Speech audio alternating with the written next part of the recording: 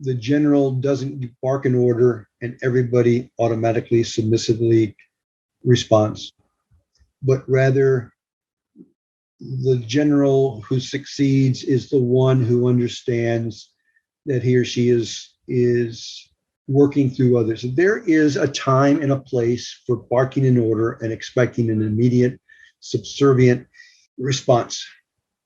But those times are so infrequent and rare as to be ones that everyone kind of understands at the time. Day to day, it's gaining consensus, even though you're the top dog in the room. It's letting folks hash out, even though you already know the answer, it's letting folks hash out their positions so that when you make a decision, they say, well, I was heard, I had my piece. Now let me go and accomplish what the old man told me to accomplish.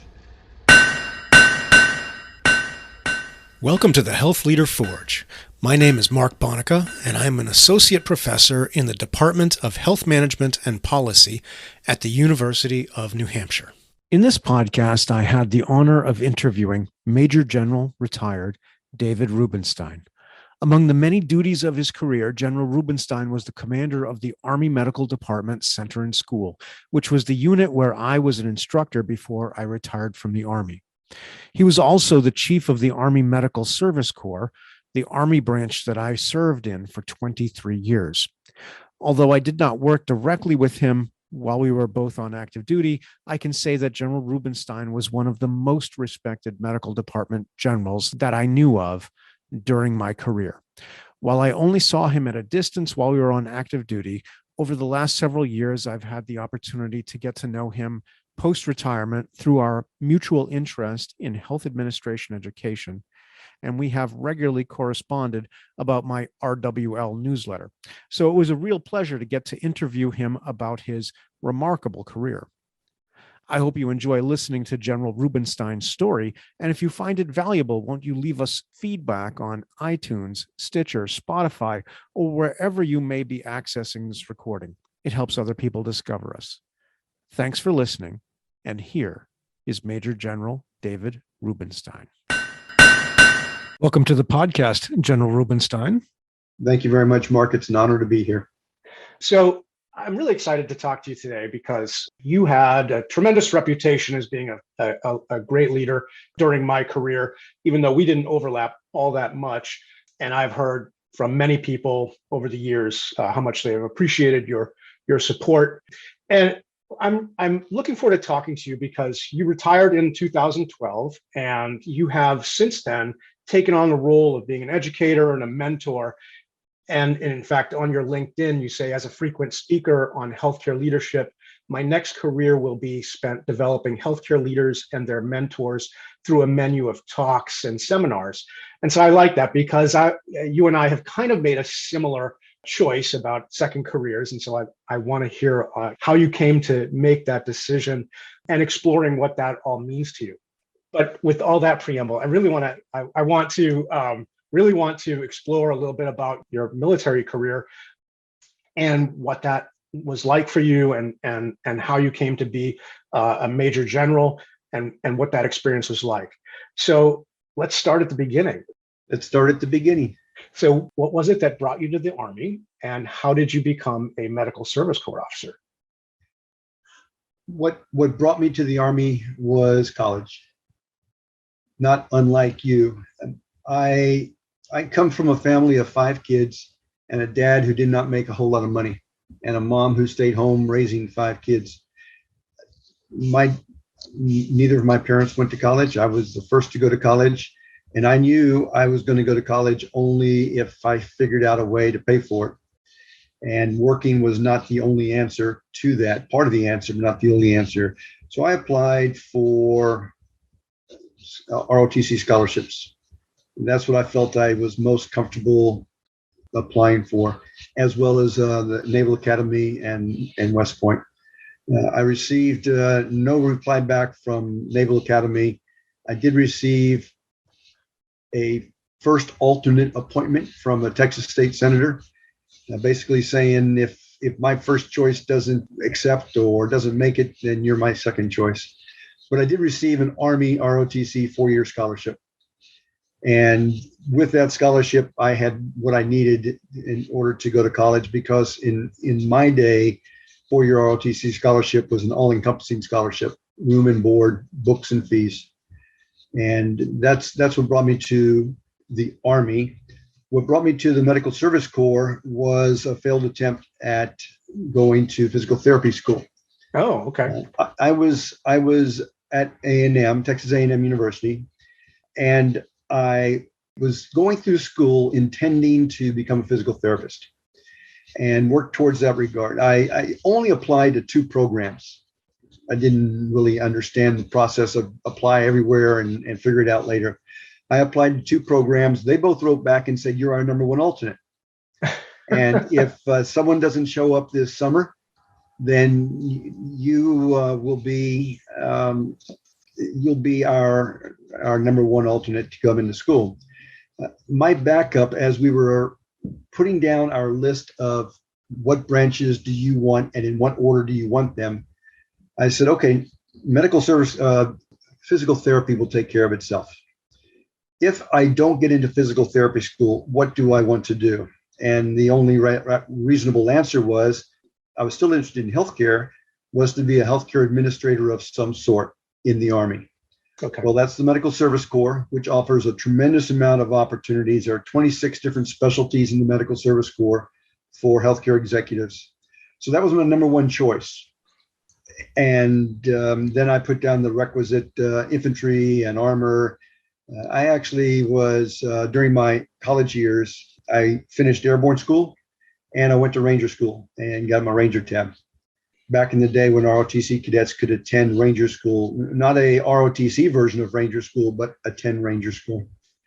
And that's what brought me to the Medical Service Corps. Wow. So when you were saying branching and doing PT school, you were looking, this is post-grad, you were going to do graduate PT school. Yes, I was going to do graduate Okay. physical therapy. I went to A&M and graduated with a degree called Community Health Education. That was a very skeleton degree with just a few core courses, and then the opportunity to fill in the electives with what you wanted to do to prepare for a life after undergraduate. So whether it was nursing school or physical therapy school or occupational therapy or such. Okay. So you were thinking PT, and that's why you did the community health education major. That's correct. So what was it that made you want to be in healthcare? I did not play football in college, or high school rather. I did not play football in high school. I had bad knees. I had what's called Osgood-Schlatter's disease, which is when you grow faster than your bones and tendons want you to, and so the in your knees are the beneficiary of that too rapid growth. So I didn't play football, but I was interested in participating, and so I was a student athletic trainer, and was allowed. The school found money to send me to school a couple of summers in a row. I went to do 2 different high schools in 2 different cities. And when I went to college, I took that interest in athletic training to the next natural conclusion, which was physical therapy. Okay, neat. Yeah. So lucky for us, that didn't work out for you. Lucky that it didn't work out. I did receive a letter from one of the 2 schools. By that time, I was in Germany. I was a medical platoon leader, and I was having a grand time. Okay.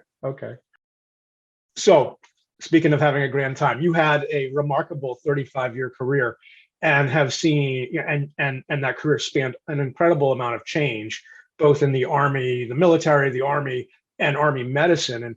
And I know we could go on and on for hours, but I thought maybe we would kind of chunk your career into 3 parts, kind of your company grade, which means something to us military folks, but kind of your first 10 years, kind of your field grade time, which is kind of your middle 15 years or so, and then your time, 9 years as a general officer. Is that about right? That's about right. Okay. So you came in the Army in 1977. I hadn't processed that, but until I was writing these questions up, and I'm thinking to myself, that's like 4 years after the draft ended. the military was in a very different place than it is today. Can you tell us what was that like when, what was the, how does it compare to today in terms of its feel? There is no comparison, 1977 to today. Shortly after I arrived at my first unit, I graduated from college in the 6th of May. I graduated from officer basic course on the 11th of September, a Friday. On the 14th of September, I was on an airplane to Germany, arriving the morning of the 15th of September, 1977. As you said, that was 4 years after the draft ended.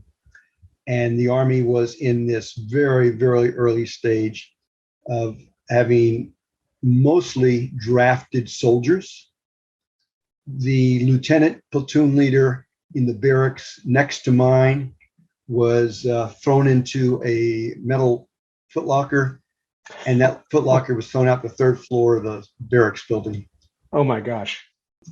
Drugs and alcohol were rampant in the Army in 1977.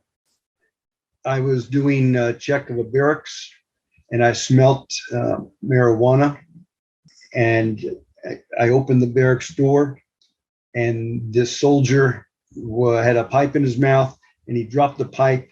It hit the ground, it bounced up. I grabbed it, and he said, "Are you framing me by walking in here with that pipe?" Our budgets were tight.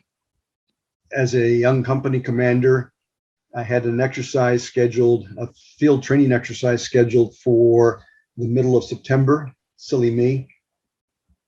When we were planning the exercise, I was told you have a total of 10 vehicle miles you can drive in the during your exercise. And there's no money for food out in the field. So I changed it from a field training exercise to a BTX, a backyard training exercise, because we were right next to the motor pool. And we set up our company aid station and such on the softball field next to our barracks. And the soldiers slept in their rooms, and they ate in the mess hall. We had our own mess hall in those days. And so you had indiscipline, you had drugs and alcohol, you had tight money, and you had women in the Army. And that was a rarity. When I was a company commander, which is during that first 10-year period, there were 6 women in my battalion. I had all 6 of them. There were 3 mechanics and 3 medics. When I was in Germany as a lieutenant, the very beginning of my career, we went to the field, and one of our women was pregnant. We had no uniform for her. So she's in the field wearing, it's wintertime, and she's wearing a white parka. Not a military parka, but a parka she bought at the store to walk downtown in. And so how to handle women in this all volunteer Army. So that was the Army that I joined. When did we start allowing women to enlist? You're bringing up a top. I don't know that. Women were allowed to enlist, but there weren't many of them. Okay. Because we hadn't figured out how to sell the Army to women. Right. Including maybe having uniforms that would fit them. Including having uniforms, A, that would fit them, B, having uniforms. Every male soldier had winter coats. Sure. But this pregnant soldier didn't have a winter coat, a military issued winter coat. Yeah. Yeah. Wow. That's a long way. So with all this kind of pretty, I mean, this is all kind of negative environment that you're describing. What you said, you were having a great time. What was it that sold you staying past your initial 4-year payback? My fiance, now my wife of 44 years, and I had an agreement. When we got to my 20th anniversary, we would talk about whether or not we wanted to stay in the Army. Oh, so you went in thinking, I'm doing 20. You and I have both gone to retirement ceremony after retirement ceremony. where the retiring soldier or sailor, airman, or Marine in our life, a retiring soldier starts off by saying, I had planned on doing this for 3 years, and here I am 30 years later. Yeah. My wife and I had an agreement that we would try it for 20 years and see if we liked it. Wow. Wow. Okay. How did you come to that decision even before? So you're saying you made that decision even before you went in. How did you decide, I'm going to do 20 years of this? The TAC officers, the tactical officers at ROTC, the professors of military science, to a person were, and here's back to the women thing, to a man, were people I looked up to. And there are two that I still correspond with. They were captains and I was a cadet. Okay. And they're now both retired lieutenant colonels. And I still correspond with both of them on occasion. Just sent one of them a New Year's card, in fact. So I knew I would enjoy what I was doing. There's a picture in my I Love Me file of me wearing a helmet and carrying a fake M1 carbine. And I looked to be about 7 or 8 years old. I did not grow up in a military family. Yeah. My dad sold insurance. Okay. And my mom would stay home. My grandfather was a war correspondent in War II. My wife is an Air Force brat, Army Air Corps. Then she wasn't, my father-in-law joined the Army Air Corps, but my wife is an Air Force brat. And we were interested in this Army life. And so we went in thinking, this is a good life. She knew it was a good life. I suspected it would be a good life. And to go in with a 3-year horizon kind of cuts it short. I knew what 20 years would look like as far as the kinds of assignments. And I didn't think that saying, let's talk about it in 3 years really would cut the mustard. Well, what would you say was your most formative assignment during that first phase of your career? I'm not going to answer your question. They were all formative. So my first 10 years, I was doing 4 different things. I was a medical platoon leader in the 1st Battalion, 7th Infantry. I had 35 medics, a doc, and a PA, and we took care of 800 infantrymen. And this is in West Germany. We knew exactly where we were going to set up our aid station if we went to war against the Soviet Union. We knew where our second position would be, and we knew there was no third position. That was the most hands-on assignment a young soldier can have. The doc, the PA, and 35 medics. My second assignment was in the 3rd Medical Battalion. I was an operations officer and assistant operations officer and the intelligence officer. And it was a matter of learning how to be a staff officer and write staff estimates and help the commander build plans to support operations. My third assignment was at Fort Bragg, North Carolina, as an airborne medic. I was first the adjutant for 1.5 years, taking care of a commander who was having a lot of personnel issues. And I was kind of his hand-holding person. And I learned how to deal with senior officers, though I was a junior officer. And then I became a company commander in the Airborne Medical Battalion. When it was all said and done, I had about a half of the battalion's soldiers because of some reorganization. I had all the medics in the battalion. I had all the cooks in the battalion. It was a decision the battalion commander made. I would never have made that decision, but I ended up with half the battalion. Wow. And how do you deal through senior non-commissioned officers to ensure that soldiers are trained to go to war? And then my fourth assignment was at what was then called the Military Science Division of the Army Medical Department Center and School. And I was an instructor first for 1.5 years as an instructor of healthcare doctrine and tactics on the battlefield. And for the second 18 months I was there, I was an instructor of combined arms, filling an infantry lieutenant colonel position because the infantry had no lieutenant colonels to send to the medics at Fort Sam Houston. So I was filling an infantryman's post. Early in a career, whether it's a military career or a civilian career, every job assignment is important and formative because you're still learning. Sure. Speaking of learning, like what do you feel like you took in terms of leadership from that period that you carried forward with you? And I guess you could say from all of them, sure. Okay. So what were the real like core lessons you think that carried into the higher leadership? The core lesson for me, and I would say the core lesson for any young manager or leader or executive or soldier, is that I didn't know it all. I'm sometimes invited into ROTC programs to talk to cadets. I have a talk that's titled "What the Army Wants from You, Cadet," and I talk about the importance of that non-commissioned officer and the enlisted soldiers in the unit, because the young cadet goes in as a young second lieutenant, been there in the Army for all week, and yet his right hand is a non-commissioned officer who has been in the Army for 12, 15 years.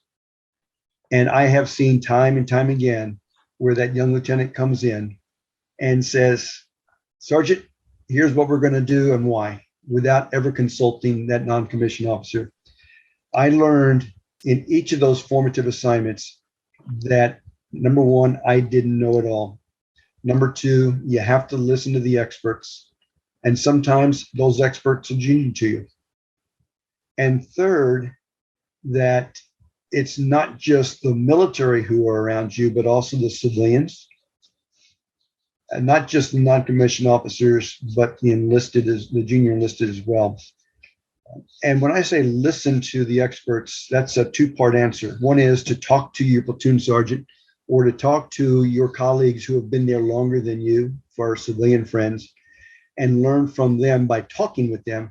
But also I learned to listen to the experts by watching them. We had a situation when I was an instructor at Fort Sam Houston. So I'm about 8 years into my career.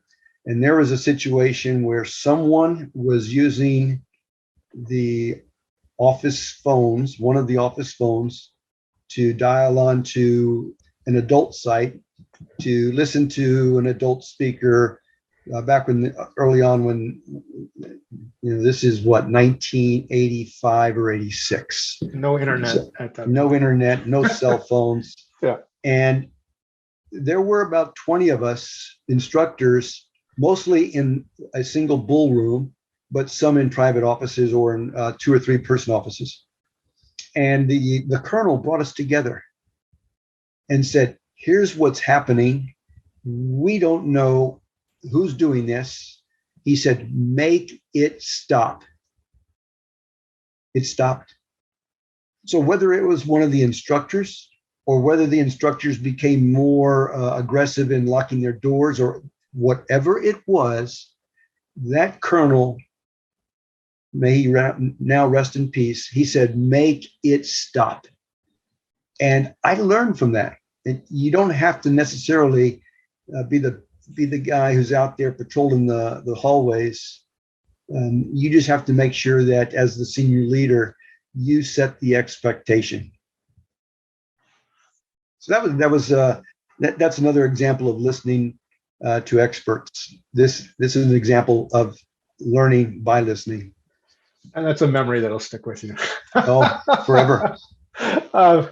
Well, as you move through your career, when you look at the behaviors and efforts of young leaders in that part of their career, so the company grade, that first 10 years, lieutenants, captains, when you're kind of scanning across the performance, what do you see? What stands out to you as this person is demonstrating potential for future, that I think this person will make a great leader? I would say that there are a couple of things I look for. Number one, my answers are not going to be military specific. My answers are going to be appropriate to a military audience, a civilian audience, a young person, or an experienced. That's what we say now, an experienced executive. I'm not a young person. I'm an experienced leader. Yeah, I feel experienced every day when I get up. Number one, is the young leader, is the young manager listening to those around him? Is she or he gathering information by talking to others?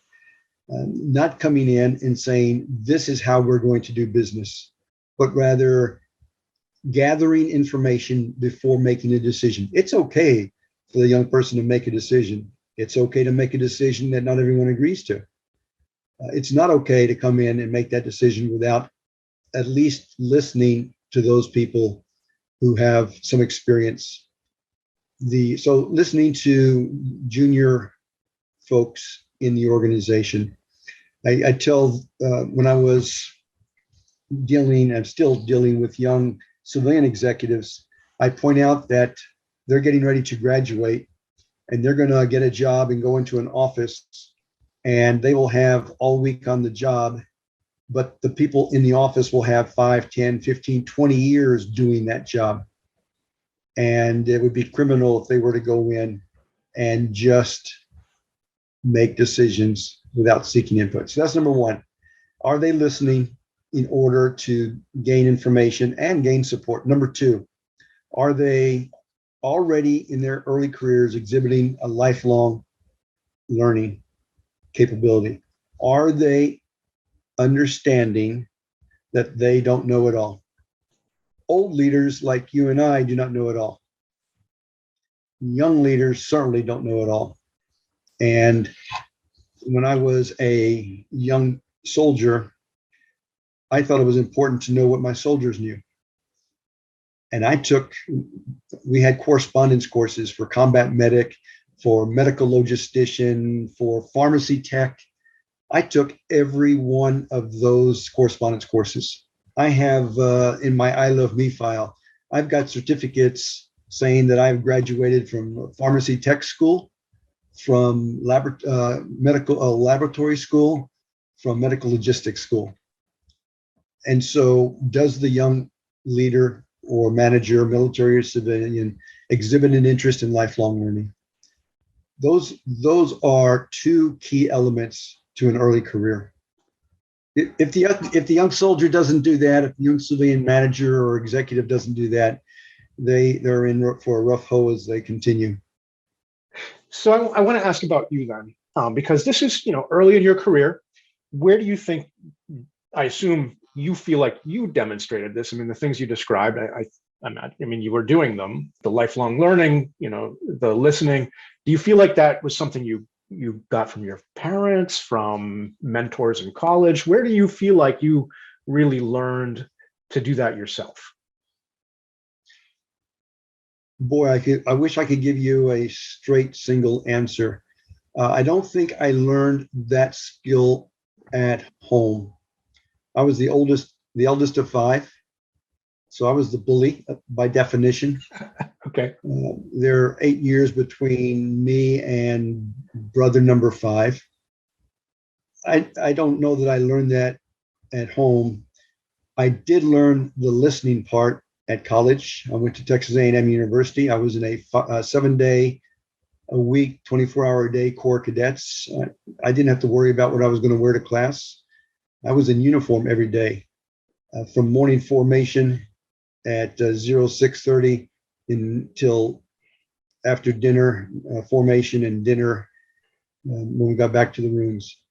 I learned, and of course, as a young freshman, you have campusology questions you have to learn every morning. You're on the wall and or at your wherever you happen to be, and sophomores are yelling questions and you've got to give answers. So the need to learn was there.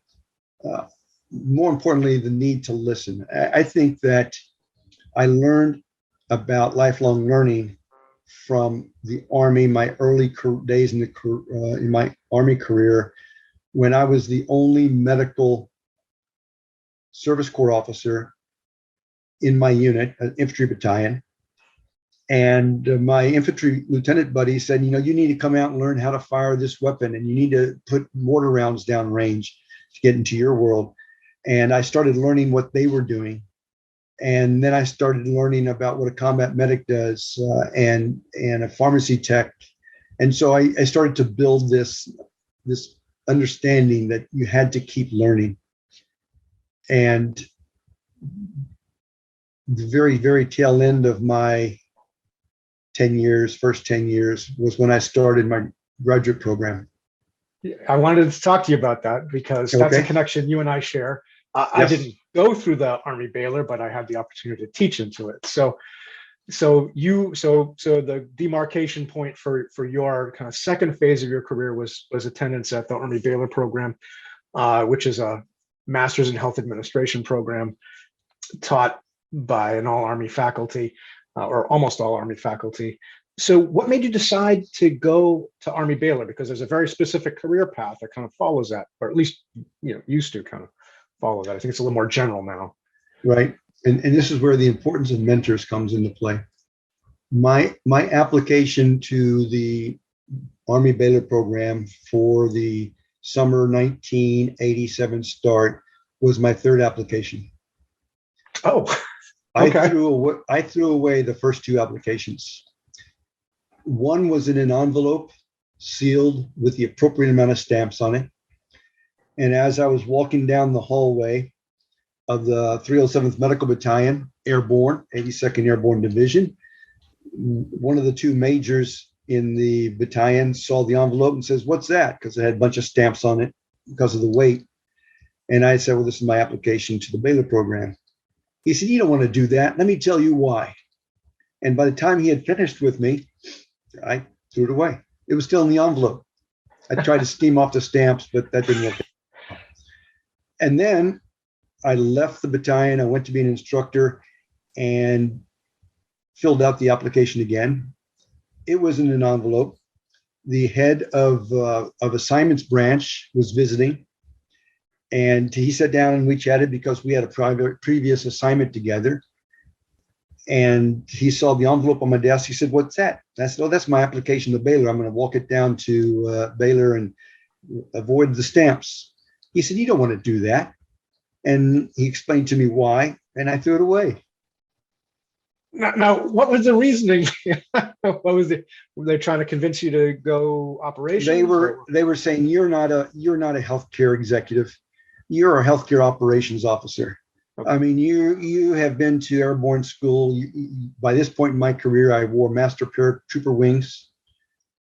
You've been to ranger school. You've spent your entire career either in field units up to this point, or teaching about field units. That's your life. You're a healthcare operations officer, dirty boots in the mud. That's where you belong.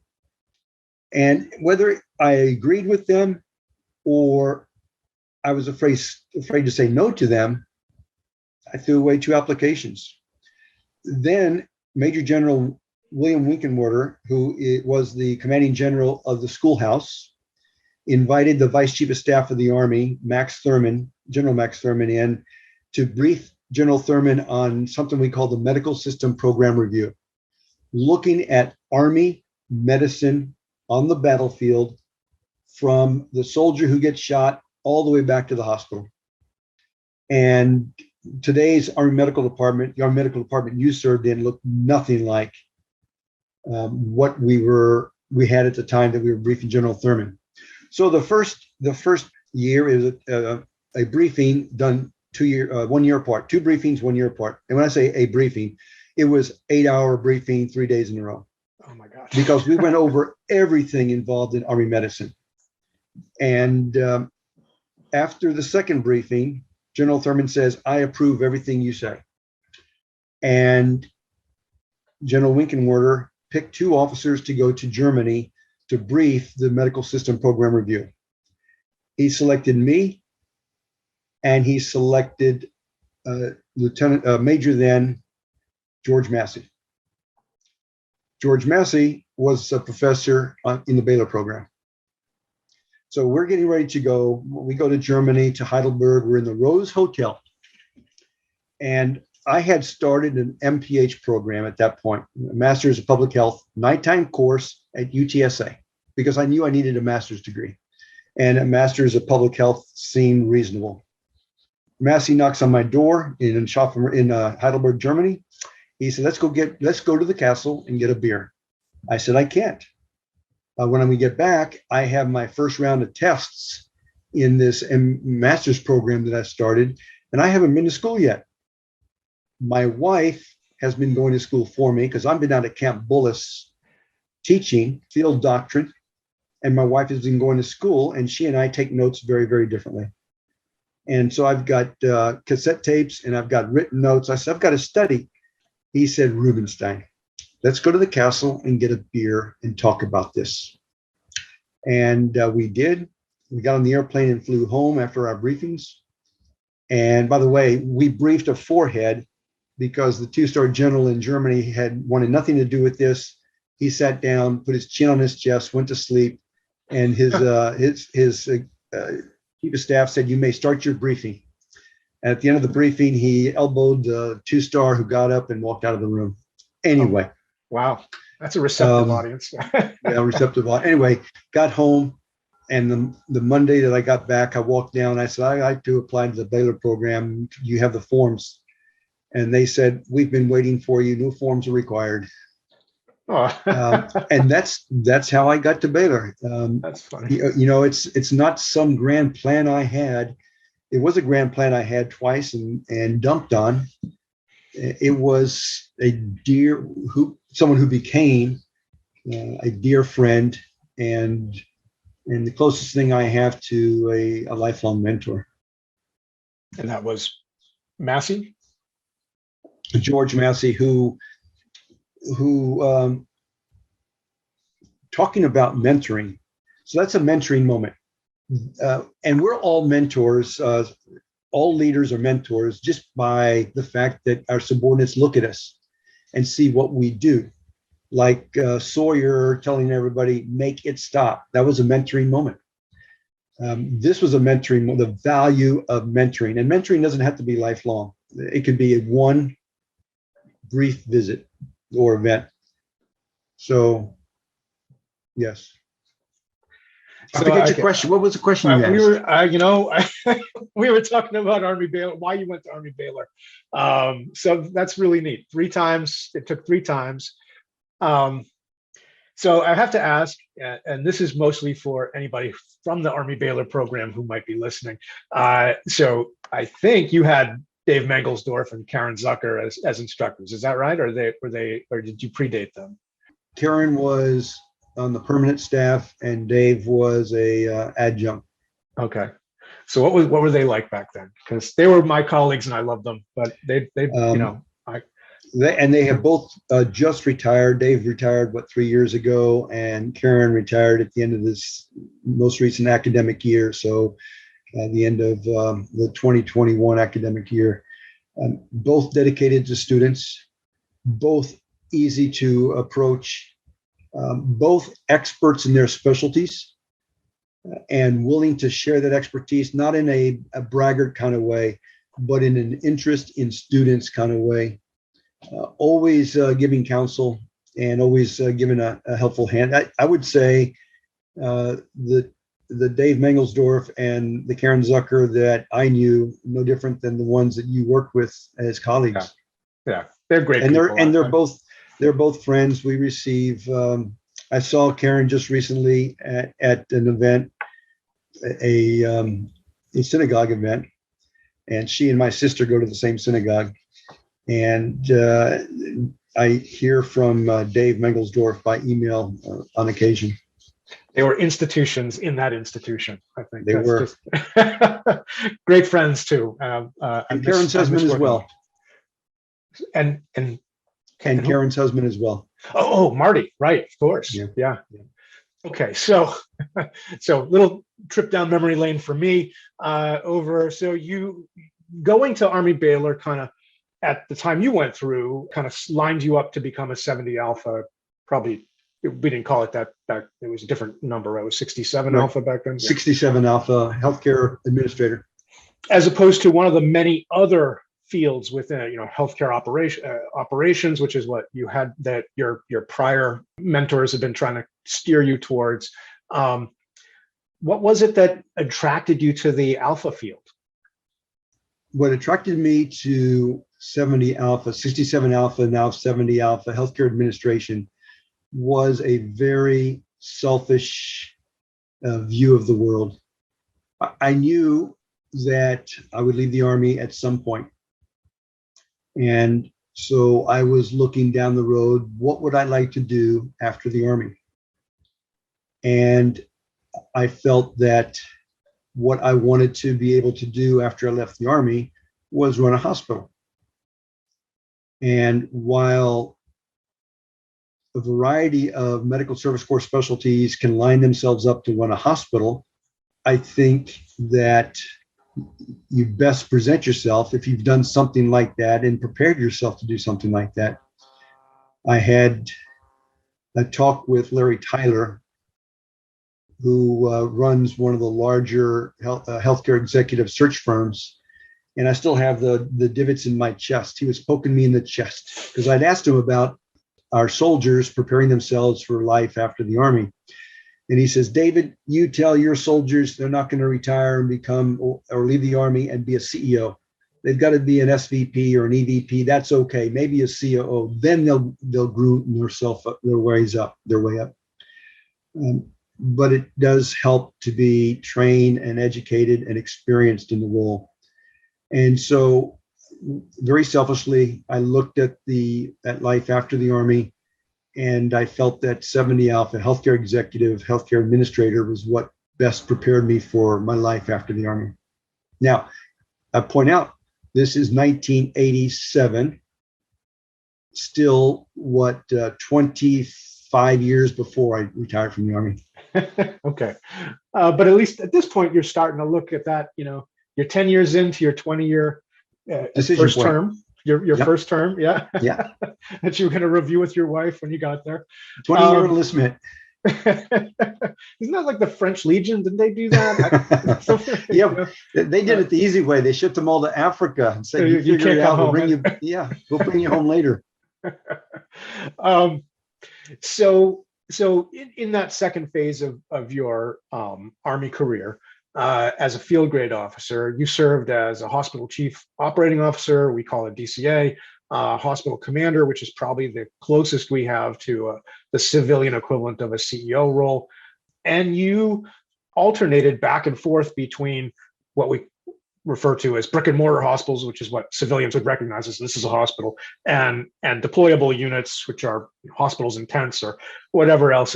You did a bunch of different interesting assignments, to include a combat support hospital and a medical brigade. So this is kind of, so you had been a muddy boots guy. You got your blessing from Army Baylor, and you were turned into a 70 Alpha, but you still kind of went back and forth between brick and mortar and muddy boots kind of assignments. Now this is kind of, in my career, this was the advice. What did you learn from that? Is that in your mind, is that still good advice? And what did you learn from alternating between the field and the brick and mortar world? You asked me two different but very critical questions. I'll go to the second one first. From 1987 to 1997, the second 10 years, I had 8 assignments and 6 moves. Moving from Central Texas to West Texas, West Texas to Kansas, Kansas to Virginia, Virginia to Washington State, Washington State to Pennsylvania, Pennsylvania to Georgia. What you learn in these different assignments, different kinds of organizations, you learn to lead in different settings, so that when you become a much more senior executive, much more senior leader, you have a broad base, a broad foundation from which to make decisions or approach issues and problems that you may encounter. So you learn from leading in different settings. You learn about the different roles and missions of the Army, which broadens your base of experience. I am fond of telling soldiers, and this applies if you change the words to our civilian colleagues.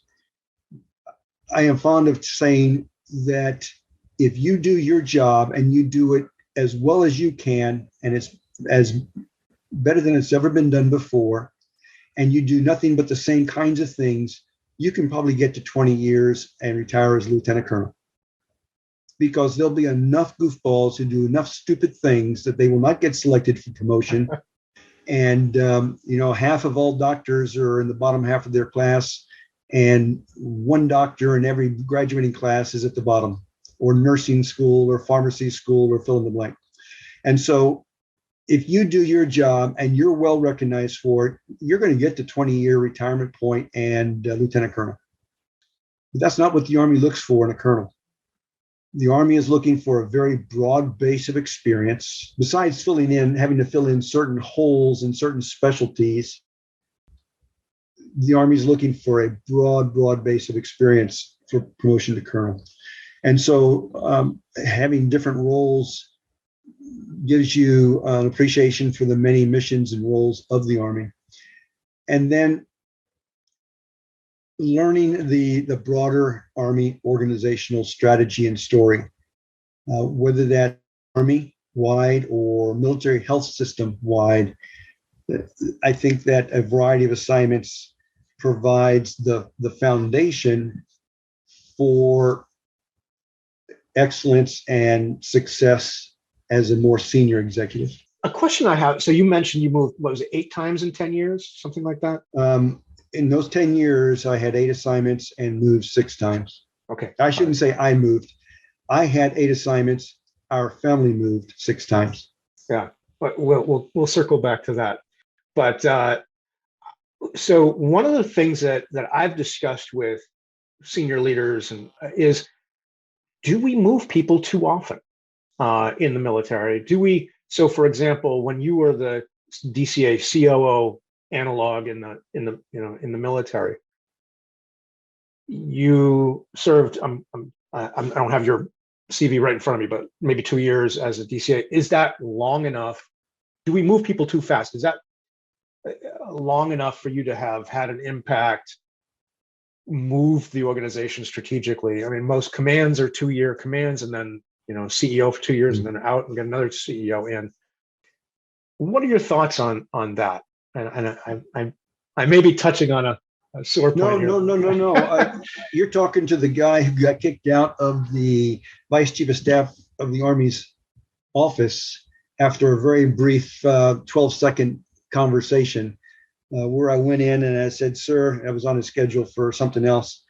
And I said, "Sir, when we're finished talking about the topic that you have me here for, I'd like to talk about converting medical department commands, CEO on steroids, moving medical department commands of brick and mortar hospitals from 2 years to 3 years, if not 4. And we never got to the topic at hand because he kicked me out of the office. He wanted nothing to do with that. Okay. because it was an Army thing. And I can go into detail on that, but it's an Army thing. For the right reasons, except for running hospitals. No, 2 years as a deputy commander of administration, which is the chief operating officer, is not enough time. The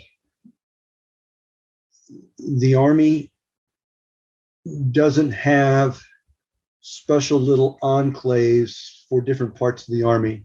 The Army moves in lockstep in the main. And in the main means moving folks around to give them a broad base of experience so that when the Army is looking at majors to decide who will be lieutenant colonel, they can get a sense of that person over time and in different organizations. Not every post has every kind of an opportunity for the soldiers on that post. And if you're going to do something different, you got to leave. Brooke Army Medical Center here in San Antonio just lost a great medical service corps officer. because he had to be moved in order to take an assignment that wasn't available, and a critical assignment in his specialty that wasn't available at Fort Sam Houston. And so he moved to the East Coast to get this opportunity. If you're going to progress in the Army, then you're going to move. And to say to the folks who make these decisions, well, I don't want to progress, I want to do this until you kick me out, isn't going to work, because you're holding that spot that some junior person needs to take over to develop themselves. I have a Baylor classmate who went to an assignment, and he'd been there for 3 years. And at the end of his 3 years, I said, when are you leaving? He said, I'm not. The taproot of this tree, his family, grows every day a little deeper. And I'm going to do this until they force the issue. And he did. And he's still there in that community 20 some odd years later. So do we move too often? Some soldiers who experience it will say yes. Some will say no. It depends on what their expectations are. Okay. That's a fair answer. It is tough, though. Yeah, absolutely. Yeah. So I want to ask you, like, when you mentor field grade officers, so majors, lieutenant colonels, so people who are in this second 10 years of a military career, what advice are you most asked for, and what advice are you most often giving? The question I'm most often asked, or the subject I'm most often asked about, is, should I go or should I stay? And the second question I'm asked is, should I take this job or not take this job? One of the frustrating things about me as a mentor, because those are mentoring opportunities, whether there's a formal mentoring relationship or not. One of the frustrations of me as a mentor is I don't answer questions. I ask questions, and by doing so, try to lead the person to their own natural decision, which mostly they have already made, but they're looking for some sort of external affirmation. And so I sat down with the colonel. I was at the Surgeon General still invites me to his events, and I feel fortunate about that. But I was at one of his command events, and a colonel came up. The colonel had been selected for command. And the colonel asked me, should I take this command or not? And we went through a decision process, at the end of which she already knew what her answer was, but she was looking for external affirmation. At the end of this conversation, she said, okay. I said, have you decided? She said, I'll tell you tomorrow morning. So the next morning, I grabbed her before the conference started, and I said, have you decided? She said, I have. And she told me her answer. And I said, well, you need to notify the assignments people now. And the reason is, in the Army, if you are given an assignment, formally given the assignment, not just said you're going to, but you actually get the orders. If you get the orders and you turn them down, you must retire on the first day, or you must leave the Army on the first day of the 7th month. So you have 6 months to leave.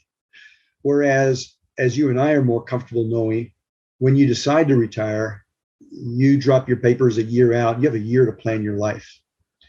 And so that was Tuesday morning, and she notified the assignments folks that afternoon, which was fortunate because on Thursday the orders came out.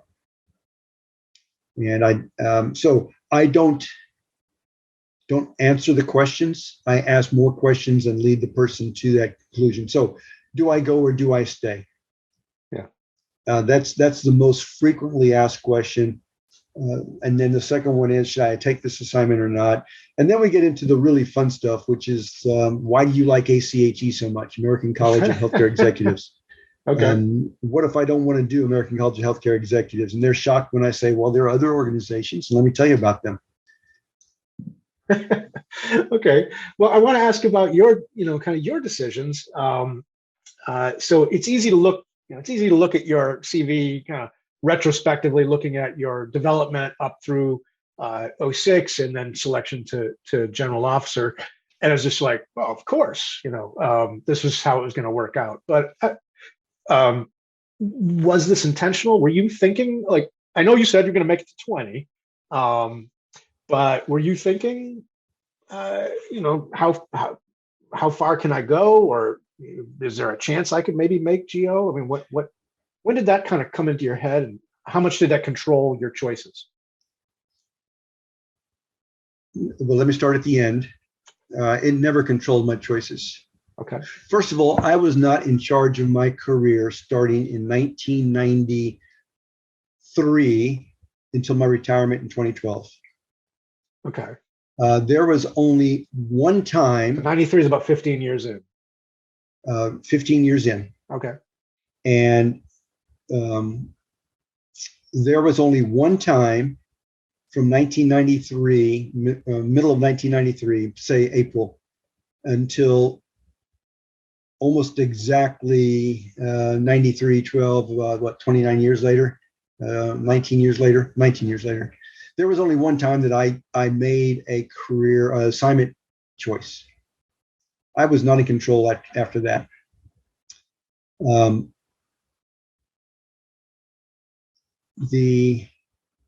I think that anybody worth their salt says, well, I know I'm going to make it to lieutenant colonel. I think I've got what it takes to be selected for colonel. Not, I think everybody says, I can be a colonel. That's not the issue. The question is, I've got what it takes to be selected to be a colonel. And that's a difference. In the Army, everybody becomes a lieutenant. I'm talking about a standard course officer, medical service corps officer. 95% of them are going to become captains, because some folks, like a high school buddy who came home and said to his wife 2.5 years into their first assignment, I just got told we're going to go to Fort Lewis, Washington next. And she said, I'm not leaving Fort Hood. I got a job here. I'm staying here. And so and he got out of the Army at the end of that point. So 95% of all lieutenants become captains. 80% of those will become majors, and 70% of those will become lieutenant colonels. That's written into federal law. Also in federal law is 50% will become colonels. So that's where the tough cut is. Mm-hmm. And the Army is looking for a number of things. They need to fill certain holes with a certain number of people. Like, you got to have a social worker. You got to have a psychologist. You got to have an optometrist. And then you have to have so many ops or so many log, or fill in the blank. So the question is not, would I be a good colonel, but will I be selected for colonel? I am not embarrassed to say I felt like I would get selected for colonel. I think most people worth their salt say I can be selected for colonel. I don't encourage people to be thinking beyond that point. That's just, and I can get into that later if you want, but that's just magic, and I can explain that a bit. But I guess in the back of my mind, I figured that, when I look at the folks who are being selected for general, I can do as well as they can. I can't certainly mess it up anymore. So that's probably in the back of your mind. I was at Fort Campbell, Kentucky in 2019. I still get invited by college programs, by military units, by civilian organizations to go out and speak. I have a couple of talks that are honed over the years, although they are personalized for each organization or each program that I visit. And I was out at Fort Campbell in 2019. And one of the visits I had that day, one of the presentations, because I always try to fill the entire day, and I had 6 or 7 presentations that day. One was with a room full of young captains and lieutenants, and it was a pure town hall event. And the first hand went up, and the young lieutenant says, how do I become a general officer? And the answer is, that's the wrong question. How do you become a good captain or a good major? How do you prepare yourself lieutenant colonel? Because it's magic at that flag grade level. And so I will admit It was in the back of my mind, but that's not something that you can say, here's how you do it with any issue. There's a great book. I don't recommend very many leadership books because there are so many out there.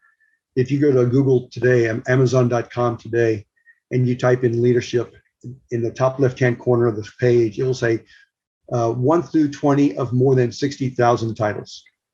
So, but there are 3 books that I recommend, one of which is called Once an Eagle, which admittedly is a slog. It's 1,300 pages, but it's the life of 2 soldiers, one who grew up on a farm and started life in the military as an infantry private in World War I.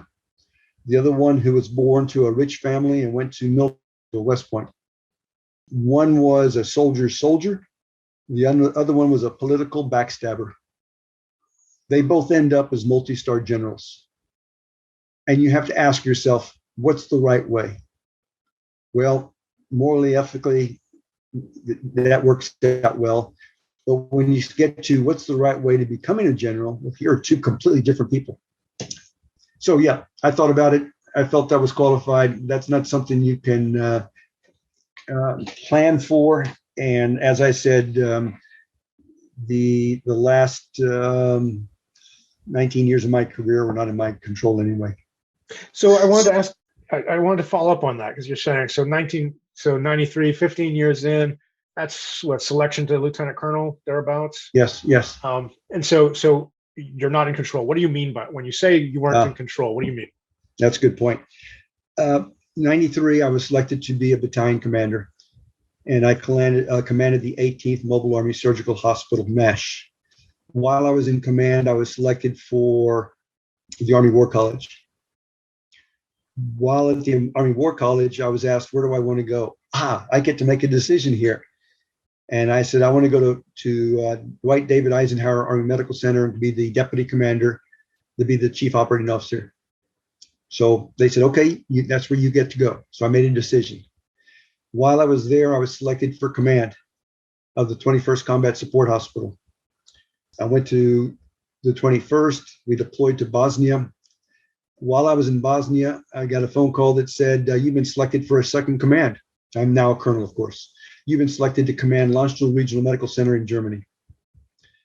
I go off to Germany to command Landstuhl. First year in command, I get a call. You've been selected to command the 30th Medical Brigade.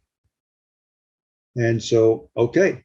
And while I was in the 30th Medical Brigade preparing the unit to deploy to Afghanistan, I received a phone call. You've been selected for Brigadier General. And from that point, you have even less control. In fact, at Baby General School, General Peter Schoolmaker, the Chief of Staff of the Army, comes in and he says, just remember a couple of things, 3 things. Number 1, you could die tomorrow and I'll find a replacement as qualified as you. Number 2, when I tell you to move, move. Number 3, when I tell you to retire, retire.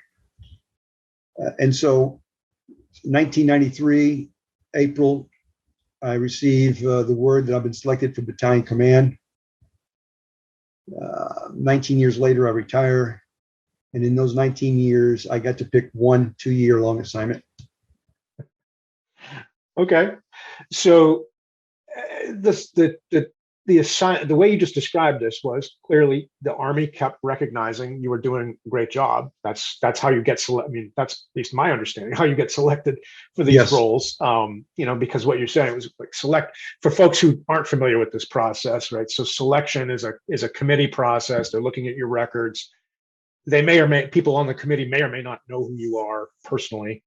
And so it's actually a pretty good process for an organization. I mean, compared to maybe some of the nepotism that we see in the real world. I think it's actually to that point, you've got a room and you've got 7 or 9 selecting officials.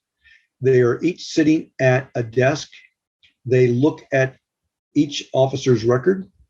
They score the record 1 through 6. 1 is, what does this person do in the Army?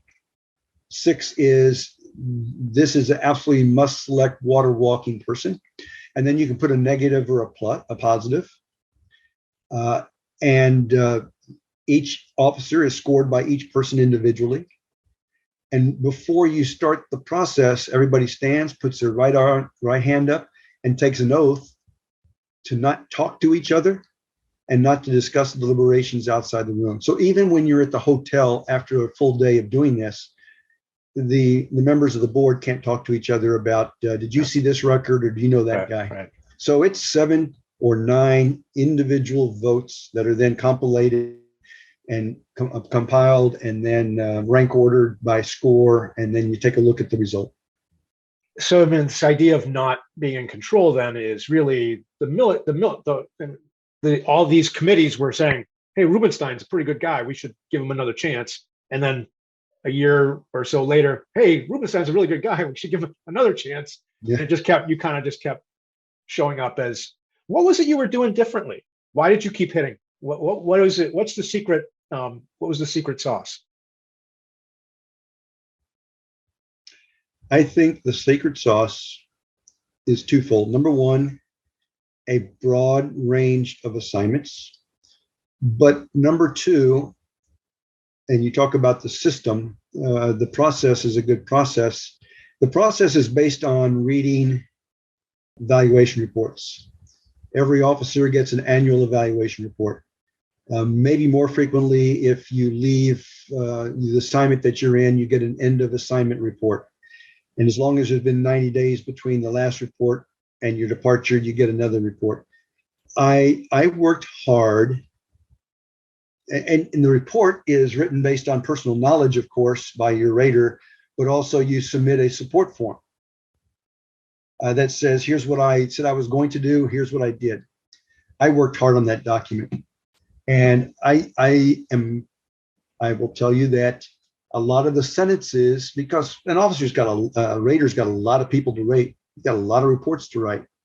I made it easy. I tried to put sentences in my support form that I wanted to see on my evaluation. And many times making it easy on the rater paid off, because though the order in which I listed my accomplishments and the way I worded it, they show up in my support form.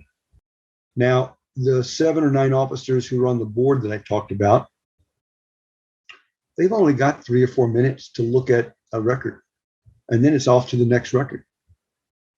And so I try to build my support form so that my evaluation would show up and it would be easy to read in those 3 or 4 minutes and would tell a story. And then what's important to say is that, 2 years later, they're looking at me again for another assignment, another command. Of course, there were another 1 or 2 next level up evaluations on what I had been doing. And so you can't just rely on whatever system you're in to by itself make things happen. Whether you're a military or a civilian leader, you've got to be well attuned to what your system is and how you can influence it to your benefit. What were you? So that's, I think, useful advice, because I mean, you do have to kind of manage your own career in that way. I'm curious, what was it that you did differently as a leader, you think, that wound up being recognized? I will take you back to the young lieutenant. It's listening to the people around you and never stop learning. When I took command of Landstuhl Regional Medical Center, which is the military's only medical center in Europe and is a trauma receiving hospital for casualties out of Mideast or Iraq, Afghanistan, Kuwait, as well as supporting 92 countries as a regional referral tertiary care medical center. I took command at 9 o'clock in the morning, and at 1 o'clock in the afternoon, I was having a get to know the commander meeting with my direct reports. There should have been about 13 people in the room. There were about 85, as best as my secretary could tell. We were at a classroom in the education center on post. because I was the first medical service corps officer to command a medical center. And I come in and I've got master paratrooper wings on my chest. I've got the EFMB expert field medical badge on my chest. And I've got a ranger tab on my shoulder and a medical service corps officer. And so I to these 85 people instead of 13, I gave my little presentation. But I diverged a little bit from what I had planned on saying. And I covered my MSc caduceus. And I said, don't worry about this. And I covered my ranger tab and my master paratrooper wings. I said, don't worry about this stuff. You and I are here for one reason. And that's to take care of that patient who's in a bed right now, or the mom walking into a clinic with their 3-year-old child right now. That's why we're all here, regardless of what we wear on our uniform. The chief of medicine came up to me. He looked, and I'm 5'10", he's about 6'2". And he looks me up and down and he says, well, we'll see about this. 2 years later, at the end of my too short command, he comes up to me and he's called me chief. Now, I've been around medicine often enough to know the importance of being called chief by a doc as an MSc, unheard of. Have learned it even more so now that I sit on a residency review committee of the Accrediting Council for Graduate Medical Education. So it's leading by letting experts have their say. I'm not a doc. I don't know how to be a doc. I'm not a nurse. I don't know how to run a labor and delivery deck.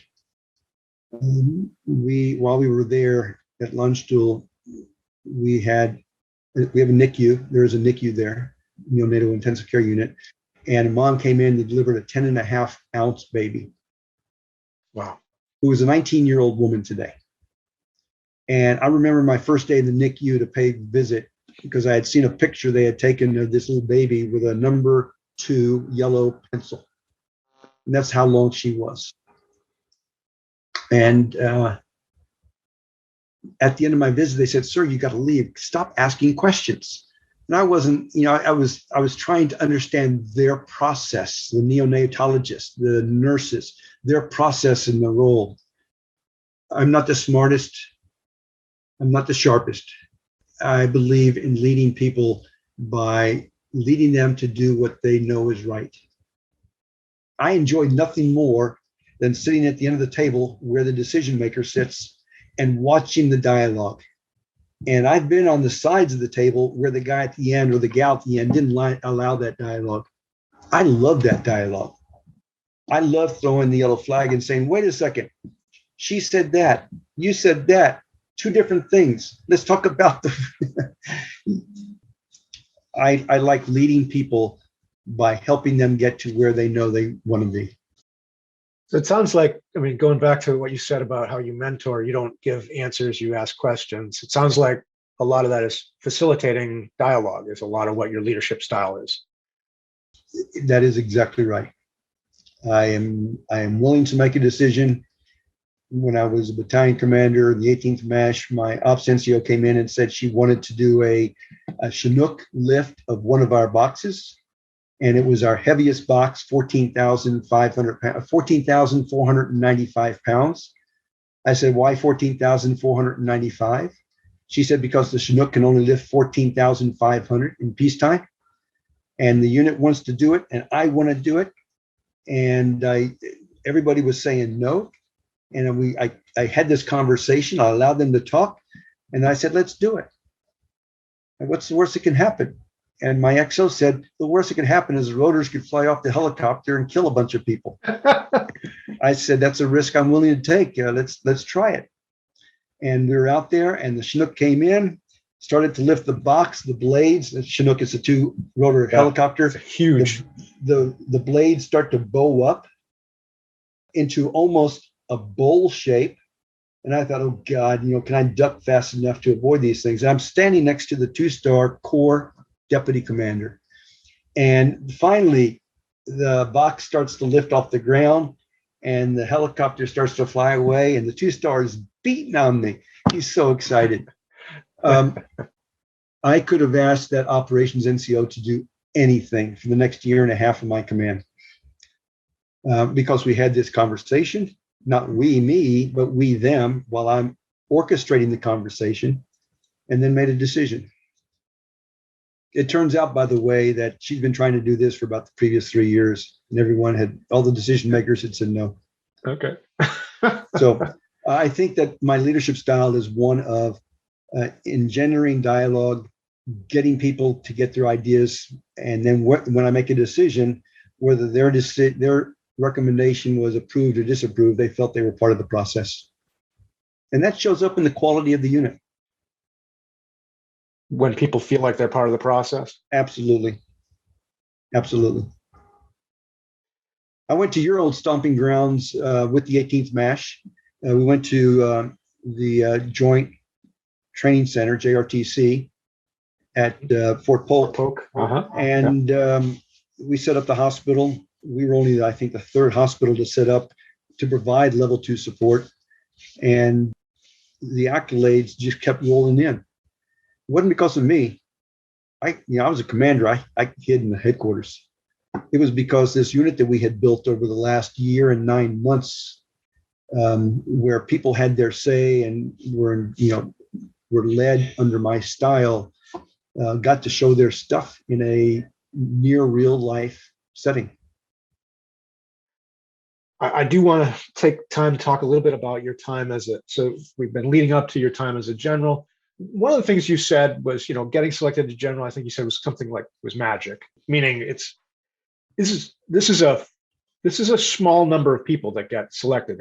How many, when we talk about general officers in the Army Medical Department or the Army overall, how many are there? I'll answer that I'll answer that a couple of ways. By federal law, there are 231 active duty generals in the Army. Okay. And the Army has how many active duty soldiers? Almost 500,000. So 500,000 overall population, 250 generals. So this is 231 by federal 231. law. Oh, sorry, 231. so this, when we talk about like, this is a thing you're really, if you're thinking like, I want to set up my career to make that, you're really taking a long shot. Well, let me put it in perspective. My class of medical department generals, colonels selected for brigadier, there were 4 of us. 4 selected out of 943 records. So 943 medical department colonels had records, and 4 were selected for general officer. So 900, almost 1,000 people were eligible. Right. 4 got it. 4 got right. the nods. That's a very small. So that's why I caution people when they say, "How do I become a general?" Yeah. Well, that's the wrong answer, and here's the reason why. Yeah. And 4 out of 943. That's the reason why. I want people to understand just how kind of unique that is. So you were selected to brigadier general, eventually major general. You held a number of roles as a general officer. I'm just going to rattle them off here. Commanding general of the European Medical Command, deputy surgeon general, which is kind of like the chief operating officer for the medical command. And you retired as the commanding general of the Army Medical Department Center and School. You were also simultaneously the chief of the Medical Service Corps. So these are all roles with significant strategic import and really expansive scopes. Long way from being that lieutenant back in Germany with trying to frame people by giving them marijuana. What was it like? How was it different to lead organizations of this scale and scope versus your other non-trivial organizations that you had led prior to that? The difference is as simple as leading through others instead of leading by hands-on participation. As a lieutenant, I had 35 soldiers. I was down there in the mud with them. As a captain, a company commander, I was in the motor pool with them. And we were working, we were doing the work. As you become more and more senior and the roles become more and more complex and the organizations become larger and more complex, you have to get buy-in by your subordinate leaders because they're the ones who are going to make it happen. I've had more than one civilian colleague come up and say, well, you got it easy. You're a 1-star or you're a 2-star and you say, make it happen, and it happens. And my answer is when that colonel, when that senior civilian turns around and leaves my office, I'm thinking, are they going to do what I just told them to do? One of the deficits of moving so often is that those people who are left behind, well, those people who are with you know they can slow roll you. And because you're going to be gone in a year or 2 years. Just wait you out. That's right. And it's not just the civilian colleagues, it's military colleagues as well. Particularly for some of our more subspecialized military colleagues who don't move as often because there are not as many places to move them to. And so you have to, the difference is you are now leading through other people. So you're not only getting buy-in to go and do something, but you're trying to get buy-in so that they will go and get buy-in, so that they will go and get buy-in to accomplish what you want accomplished. And that's the biggest difference, I think, is leading through others and in your current senior complex executive role versus leading by participating in the effort when you're more junior as a manager or a younger leader or executive. So, I mean, but that leading through others transition happened for you way before you made a general officer. So I guess what I want to kind of get at, because that's I understand that, but that's something that probably you experienced when you were a battalion commander, or Sure. Right. So what I'm trying to kind of get at is, what was it like as opposed to being the hospital commander of Landstuhl? What was it like now being the deputy surgeon general? Like, what was the commanding general of the European Medical Command?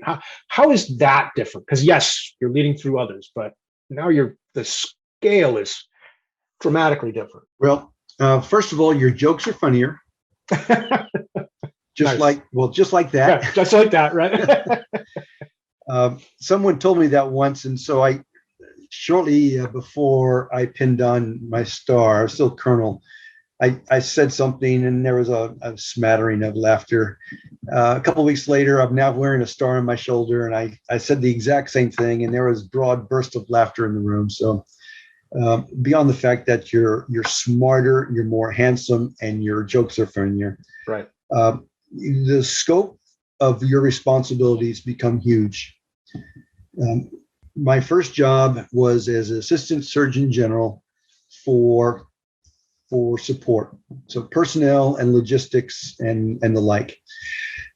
And that's my headquarters was in San Antonio, but I'm responsible for this role of personnel and supply and such around the globe, because I'm now a senior executive in a 24 time zone, $12.5 billion global healthcare system in both war and peace, in brick and mortar and under tentage. And so you can start to see how the roles as a lieutenant colonel, then a colonel, build this broad base of understanding becomes so critical when you're now at the apex of the pyramid, the promotion pyramid, and you now have a global responsibility. When I went to Germany, back to Germany, as the commander of all brick and mortar healthcare in Europe, and the advisor, the USUR surgeon, United States Army Europe surgeon, using the old military term of surgeon, which was a senior medical officer, whether a doc or not.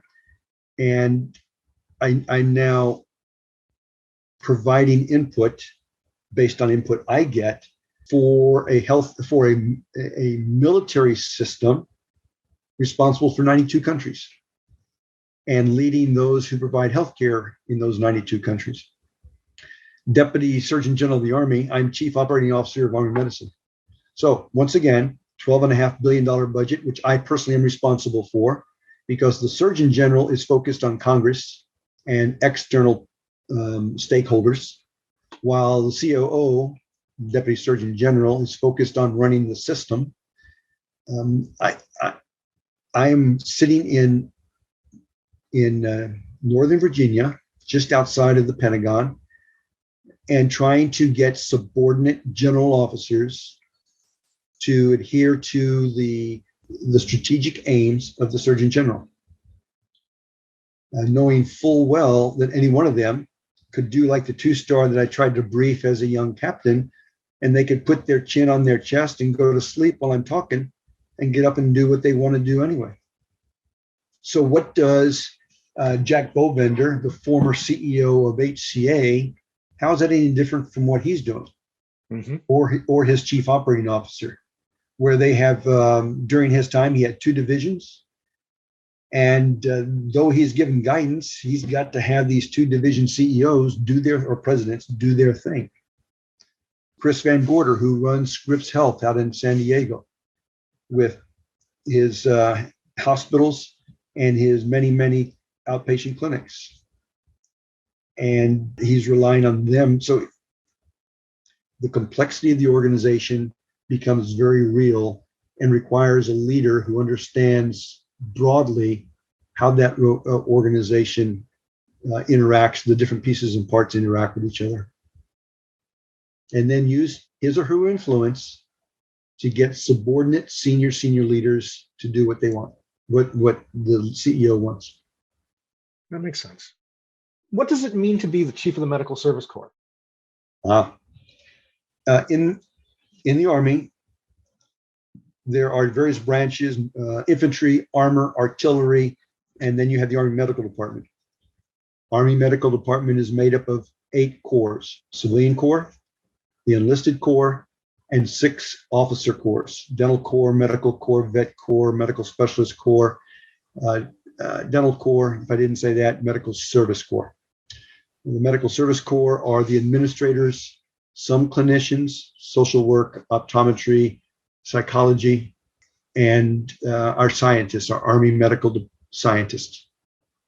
The chief of the Medical Service Corps is the senior Medical Service Corps officer in the Army and is responsible for the life cycle management of the Medical Service Corps. By that, I mean from recruiting to entry into the Army to departure from the Army, and what goes into the training, the education, the assignments process, the development of the Medical Service Corps officers all falls to the chief of the Corps. There are about 4,500 active duty MSCs and about 4,500 Reserve and National Guard MSCs.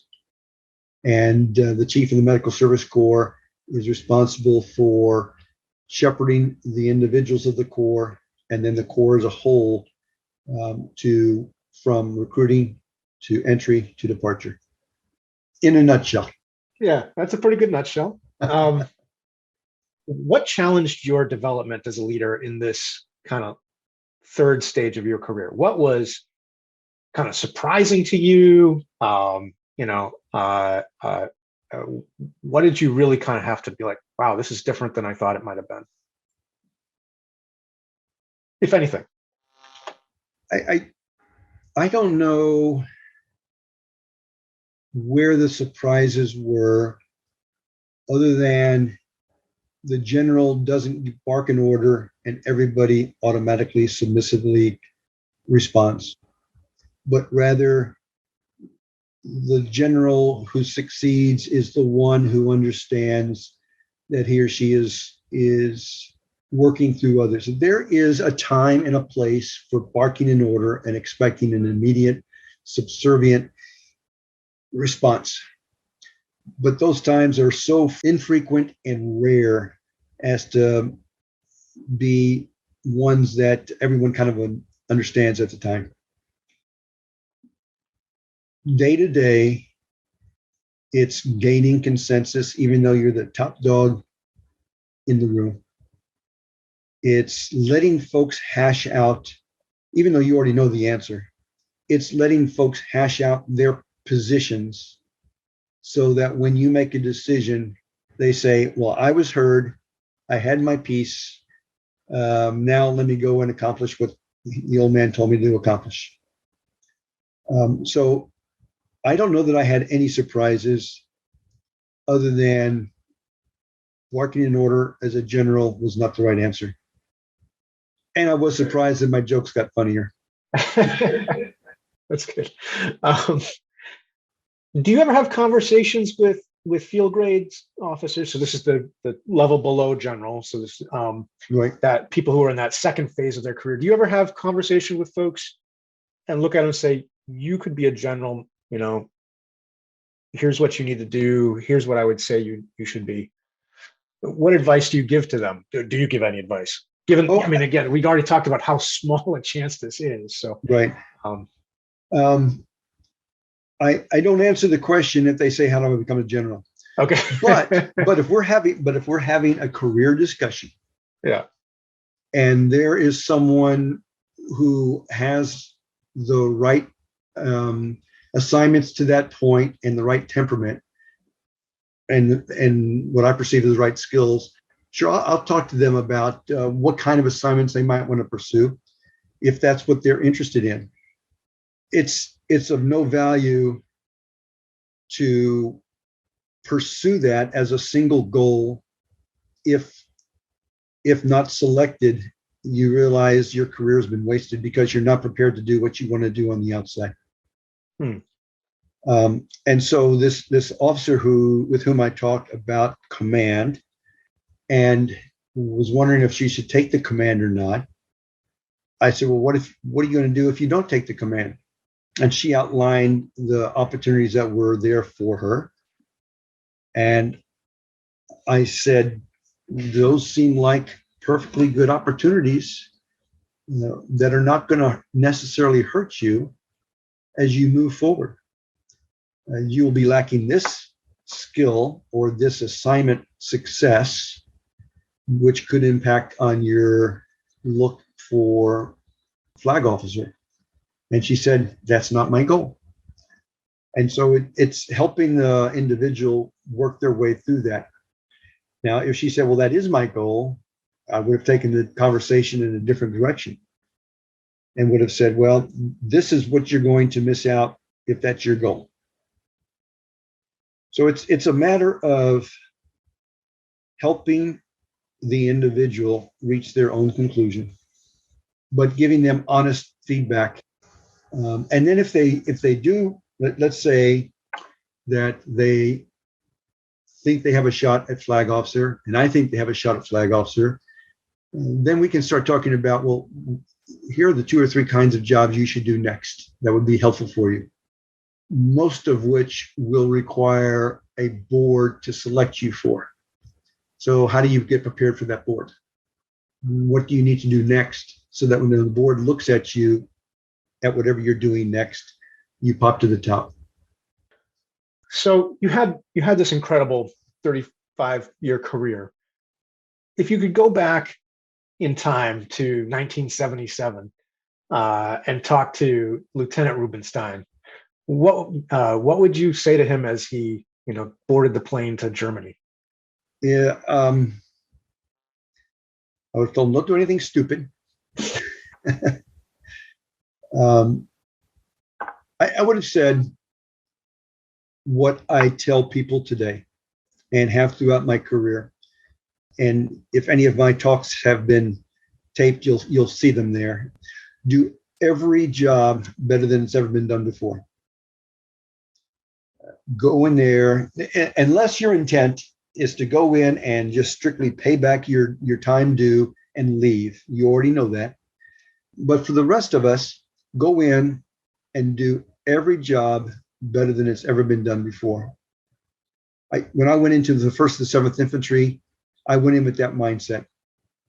The battalion received 1 slot to French Commando School. This is an infantry battalion. 5-line companies. So there were probably 15 or 17 infantry young lieutenants who arrived the same time I did. The battalion commander selected me, the Medical Service Corps medical platoon leader, to go to French Commando School. I would like to think it's because of what he saw me doing day in and day out, even though I never even thought he looked at me. So I would say do every job better than it's ever been done before. Number 2, adhere to Rubenstein's 14 words. It's a career philosophy. It's a life philosophy. The first 4 words: take care of people. And we've been talking about that throughout our conversation. Listen to people, but it's more than just listening to people. That's one example. Take care of people, because people are the ones who are going to make you successful. Number 2, the second 4 words: take care of equipment. For some people, that's a pencil and a pad of paper, and these days a cell phone. For other people, for Lieutenant Rubenstein, it was 8 M113 armored personnel carrier ambulances, 2 M577 headquarters ambulances, and a couple of deuce and a half trucks and a Jeep. Take care of equipment. When I go in and have a CT scan of my back, I want to make sure the equipment's running right. Third 4 words: pay attention to detail. Healthcare administrator can kill a patient. Even though you or I go to jail if we touch a patient, we can kill a patient. If I choose to cut housekeeping to save money, and now the housekeeper, instead of having 1 hallway to do a shift, has to clean 3 hallways and doesn't get all the water up as they rush from 1 hallway to another, and a patient slips and knocks their head on the floor, I, as an administrator, have just killed a patient. Pay attention to detail. And then the last 2 words, for the longest time, and I have apologized to people for years over this, the last 2 words were have fun. And it's not a matter of having fun. Whitney Houston was having fun when, bless her heart, she dies face down in a bathtub. The answer, and that weekend I changed have fun, and have apologized to people who heard have fun from there. So my last 2 words: take care of people, take care of equipment, pay attention to detail. The last 2 words are have balance. To have balance. So that's the second thing I would tell Lieutenant Rubenstein. And then the third thing I would tell Lieutenant Rubenstein is to remember that the most important unit in the Army is the family unit. However, every soldier, sailor, airman, Marine defines family, the most important unit is the family unit. So those are the 3 things I'd tell Lieutenant Rubenstein. I'm not sure he would listen to me. I would like to think he would. Well, so you mentioned family unit, and you had kind of mentioned, the challenges on your family of moving so many times. Military life is hard on families. It was hard on my wife and children. It's hard on, it's hard to move. Moving is especially as you lose control. The military decides it's time for you to go. It doesn't matter that your kid just started their senior year of high school or whatever. How did you manage your family life while working? It's just this string of really demanding jobs. I mean, you really, I reviewed your CV and it's like, there's no kind of downtime here. There was no hanging out as the assistant to the assistant, something or other. I mean, you just went from hard thing to hard thing, which is part of why you made it to where you did, I think. What was your experience with that? And what advice would you have for soldiers who and professionals other than military who are really pursuing their family, their professional ambitions, but also don't want to look back with regret? I believe it's important to have that open discussion as early in the career as possible. I mentioned earlier that my wife and I had that discussion before we were married. And we decided, well, let's give it 20 years and see if we like it or not. And so having that important discussion is critical. I mentioned earlier my high school buddy who became a college buddy, who became a medical service corps officer, went to Fort Hood, and 2.5 years, got orders, or was told that his next assignment would be Fort Lewis, Washington. And he came home and told his wife, "It's beautiful, beautiful at Fort Lewis. We're going to have a grand time." And she says, "I'm not moving. I've got a good job. I've got promotion potential. I'm not leaving Fort Hood." They didn't have that conversation. We had that conversation, and we knew that we were going to be moving. Of course, early on in my career, that was every 3 years. And sometimes now we're moving soldiers every year or 2 years. We moved we have a good healthy dose, my family, of 1 year and 2 year assignments. When my daughter walked into 5th grade, that was the first time she walked into the same school building 2 years in a row. And she went to 3 high schools. And at the end of her junior year in high school, we said, "Well, you can stay here at Augusta, Georgia, and move in with your science teacher and stay here." And she said, "Well, where my family goes, I go." And she went and she moved to Fort Hood with us. And some kids do very, very well with that. She was a valedictorian at both high schools. But combined with understanding is that the soldier has got, and I'm talking about a single soldier family, not a dual soldier family. Mm-hmm. Big difference. Mm-hmm. The soldier has got to work at balancing his efforts. I've got a mentee in Atlanta, Georgia, civilian mentee, and she's taken a new job. In her previous job, she just wrote me this morning, she's taken her first vacation in 2 years. She mentioned that the new job that she has in Atlanta, the people are less likely to get together after hours. Her previous job, they got together frequently after hours, but they also talked about business after hours, and they never got away from that. In her current job, people aren't, and it's not just COVID, but people in that particular organization are not as after houry that she's used to. And they don't mix work and personal or family time. And now that she has twins who are about 8 months old, she finds that a relief because she has more time. So you have to balance.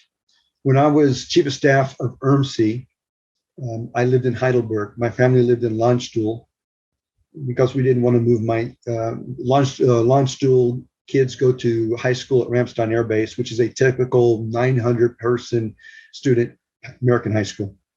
And Heidelberg is a very small high school. So we wanted to keep him at the big high school. But I had an agreement with my boss. 1700 every Friday, I was in the car driving back to Landstuhl. Didn't matter what we had going on, I was gone. He agreed to that. Throughout my career, I found that if I stood up and said, "I've got a band concert to go to, I've got a parent-teacher conference to go to," I found that typically my boss said, "Okay." And off I went. You've got to balance. I think that I learned that initially as an assistant operations officer at noon. When the second hand on the clock hit noon, I stood up and went to the gym. My boss was the most double, triple type A you would know. It drove him crazy that I could stop a project, drop the pencil on the desk, get up and walk out to go to the gym. But I did it every day, 5 days a week. So understanding relationship, having that conversation between spouses or partners, and then working hard, the soldier working hard at balancing the military life, which is all consuming, and family life. You know, at best, military career is going to last 30 years because colonels have to retire at 30 years. But you've only been married 30 years or so at that point, maybe less. And you got a whole lot more years to live. It'd be pretty bad to live them by yourself. So speaking of after the military, life after the military, 35 years in, when it came time to retire, were you ready? Well, in a matter of speaking, I was ready. Every soldier has a system imposed mandatory departure date, expiration date, kind of like a can of beans, Right. tattooed on their forehead. And if you've not been selected for colonel, you've got a mandatory at 28 years. If you are a colonel, you have a mandatory at 30. Well, same goes for generals. You have a mandatory retirement date. And so from the perspective of knowing my expiration date, what's nice about that is, yes, I'm ready because I know what the date is and I can prepare for it. I reached my expiration date. The beans were getting stale inside the can, and I prepared for it. I had 13 months. The military is a wonderful employer. You get about a year, you're still doing your job, but you get your retirement papers up to a year out. It can be less, but you can request them up to a year out. So you've got a year to go to some of the transition schools the military offers, the courses, I should say, the transition courses, and to be thinking about how you're actually going to make this transition. So from that perspective, yes, I was ready. From the perspective of, am I enjoying what I'm doing and I want to keep doing it? I was not ready at all. I was at the top of my game and I felt good at what I was doing. I was competent at it. And so from that perspective, no, I wasn't ready. That sort of muddies the water. Sorry about that. No, that's great. That's a good answer. I mean, yeah, you knew the time and the chance of extending beyond that would have required a promotion. And there's one 3-star general in the medical department, right? I mean, there is one, and that one was selected, and it wasn't me. And a couple days later, I was actually in Australia when the announcement was made. Yeah, attending a conference, and a couple days later, I got back to the States, and it was time to drop my papers. Now that's okay. Yeah, I had a good run. Yeah. Well, what was it like? So there you are. I mean, 35 years of active duty. You were in the Corps of Cadets at A&M. I mean, the military had been your life for almost 40 years. I mean, 39 years basically. What was it like to take the uniform off on the last time? It was okay. First of all, I worked until the very last day. In fact, I still had my swipe card so I can get into the headquarters. And so we had the ceremony. I retired. I went up to the very last day. And that weekend, I went up to the headquarters because I had some things to do. And I swiped the card and it wouldn't work. And I rang the bell, and the duty officer came out and opened the door about 4 inches and said, "Sir, I've been told to tell you it's over. Go home." No way. So funny. I said, "But I have things I have to do." And they said, "Tell your aide come on Monday and get your papers and your computer, and you can do it at home." So I went through a very deliberate process, which I recommend to others. And that made it okay to take the uniform off. I don't miss some things. I miss the people. Fortunately, I still interact with many of them. But if you do the proper planning, then it's okay. Now, I had the benefit. I changed command 7 times. So 7 times I got in the car and I drove away and did not look in the rearview mirror. There's only one commander at a time. And you take the colors and you hand it to the next commander, and that is it.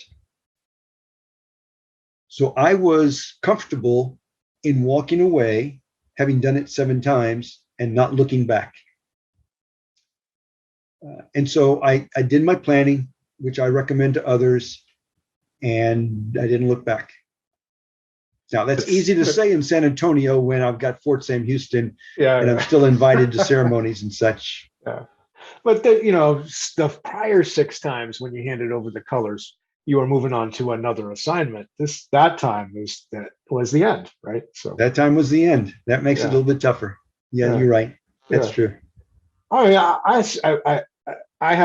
I was super excited when I retired because I was going to what I thought was a dream job, and still consider a dream job. But I was coming here to UNH, super excited about it. But I have to say, it hit me. I don't know, like a year later, I think maybe.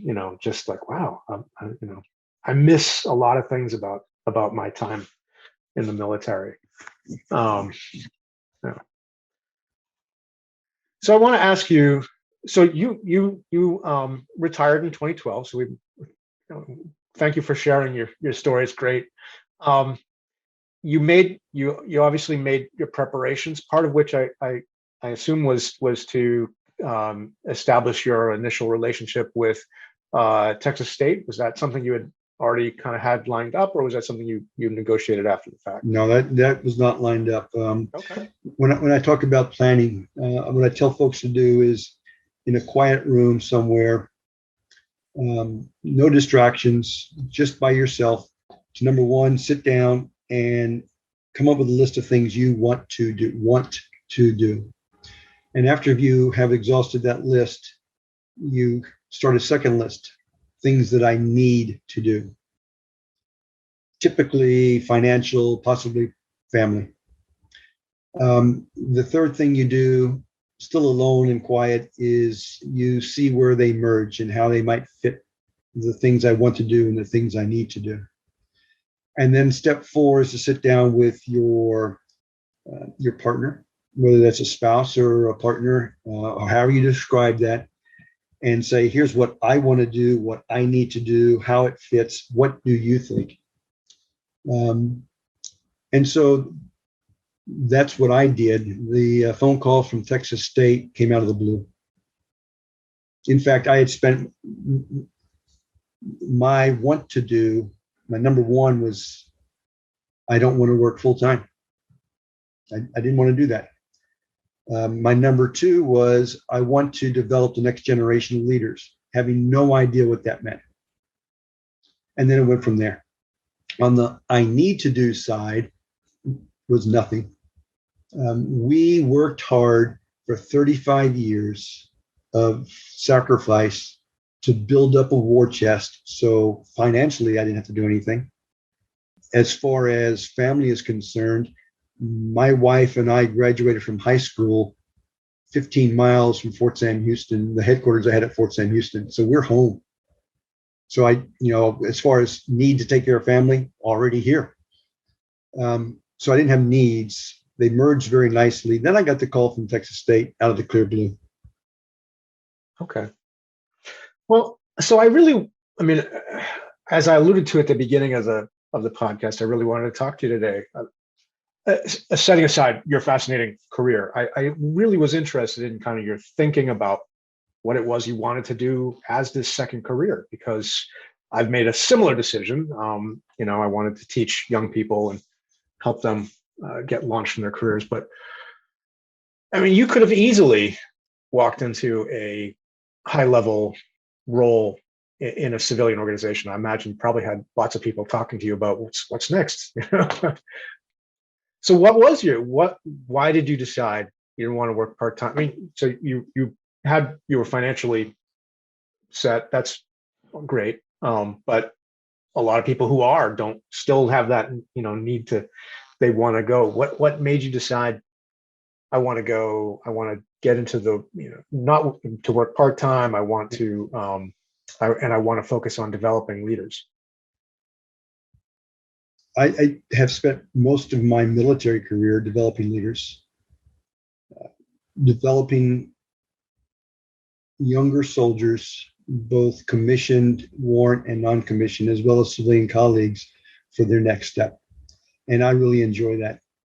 And not knowing what I meant when I said continue to develop leaders, I knew that that's what I enjoyed and derived pleasure from and a sense of accomplishment. And so that's what I wanted to do. I had a mantra. I started my preparation for retirement with the mantra, I'm not looking for a full-time position. And I very, very rapidly changed that to I'm neither looking for nor accepting a full-time position, because I could tell the look in the eyes when someone would walk towards me from across the reception, for example, at ACHE Congress. And as I got closer, I'd put my hand up and I'd say, not going to talk about it, because there were some very, very nice offers out there. But I felt that would take me away from what I really wanted to do. You can develop leaders as a senior executive, as a CEO, as a COO of a system or a hospital or other large complex organization, by being the CEO or the COO and developing a leadership academy or some sort. But I wanted to be able to be available on a wider scale. So I have gone to MHA programs, or whatever the university calls it, from the East Coast to the West Coast, talking to students at the invitation. I just returned from the University of Louisville. Lee Bewley's stomping grounds. Lee. Okay. Yep. Yeah. Lee brought me in. I'm a fairly cheap date. I asked for coach airfare, Hampton Inn, and a couple of meals. I don't charge for my talks. I had a ACHE well-renowned faculty member say, never ask for less than $10,000. Well, the first time I tried that, and I only tried it once, it made my stomach churn. I just asked for travel reimbursement. And when I go someplace, so it's not just developing leaders in one organization, but I have gone from the East Coast to the West Coast with college programs. And when I'm on the campus, I ask to speak to their ROTC cadets, whether they're Army, Navy, or Air Force, and Marine. I speak to civilian organizations. 6,500 people gathered for an annual convention, and I'm the keynote, talking to them about the same thing that I might talk to a group of 25 at the ACHE chapter in Charlotte, North Carolina, at a breakfast. And I just feel that I have a broader range of opportunities by not being tied down to a single organization. And it's worked out pretty well in that regard. I track all my travels and where I've spoken, both in uniform. I still occasionally put on my uniform if I was in uniform in March of 21 out in California. I flew out to California, put on a uniform, and promoted a captain to major. Oh, nice. So I still put on the uniform less frequently now, but it's the opportunity to go where I'm asked and do. Now, I know that someone who's running an organization can be invited to go and do that.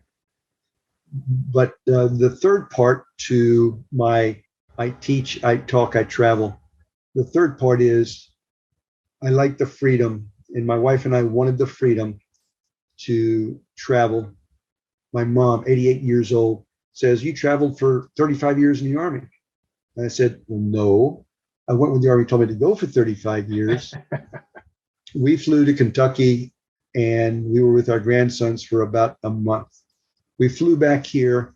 We were on FaceTime a couple of weeks later, and our grandson says, 'When are you coming back?' And my wife says, 'Grandpa's making the flight reservations right now.' And I'm sitting next to her, and I said, 'I am?' And she says, 'You are. Get busy.'" So it's the freedom. You can't do that if you are tied to a single organization. And so when people ask me, what do I do today? I teach, I talk, I travel. And that makes you happy. I can't do it that way. All three of those makes me very happy. It makes me very happy. And I can't do all three of those. In my mind, I can't do all three of those very well if I'm tied to a single organization. I mean, I think about my choice, and I'm very happy with my choice 99% of the time. Yeah. Every now and then, a bad day, every now and then, and on those bad days, I'm like, I could have gone to a civilian healthcare organization, made like 3 times what I, for the, professor pays, not great. But I don't need it. Like you, my wife and I were very conservative financially, and with my retirement pay and our savings, I could resign tomorrow and just hang out at the house. I mean, I couldn't do that because that's not who I am. But I mean, I could. So I have a privilege to, I feel like I have a privilege for that. And I just, having observed what you've been doing for the last several years, I mean, I just, and you started on this journey before I did. I just, I admire it, first of all. And of course it reflects, I think my own values as well. So maybe that's a little bit of self-admiration or something. But so I'm curious, kind of, how does this fit into your own philosophy of what makes a life worth living, what makes a good life? To back up a moment, it's important for me to say that these decisions are highly individual. Highly individual.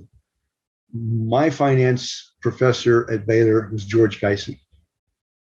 And he would talk about big knobby tires. You can buy a truck with the stock tires, or you can buy the truck with the big knobby tires. But if what you want is big knobby tires, that's what you're going to buy. This retirement planning and decision-making is individual. And you cannot take any decision away from anybody for what they decide, because that's what they want and they need, and how the want and the need merge, and then how that rolls into the family discussion. And so I will never tell somebody, well, you really should travel more. Some people, it's very highly individual, and you just have to applaud each person for making their own decisions. How does this fit into ask me your question again? I'm sorry. How does this fit into your vision of what makes a good life or a worthy life? Yeah. Well, as with a retirement decision, what makes a worthy life is very, very individual. It could be money. It could be mission. If it's mission, it might be mission to nation. It might be mission to self. It might be mission to others. Betty White's mission included animals, and her love of animals, and how that continues to this day, because on the celebration of her 100th birthday, we were asked to donate to organizations that cater to the animal rescue, for example. So it's very, very individual. Easiest thing for someone to tell someone else is you got to have good work-life balance. If I've heard that once, I've heard that a bajillion times.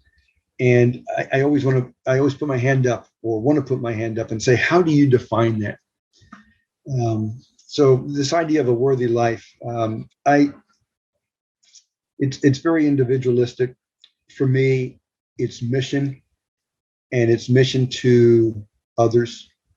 Yeah. It's others are my family.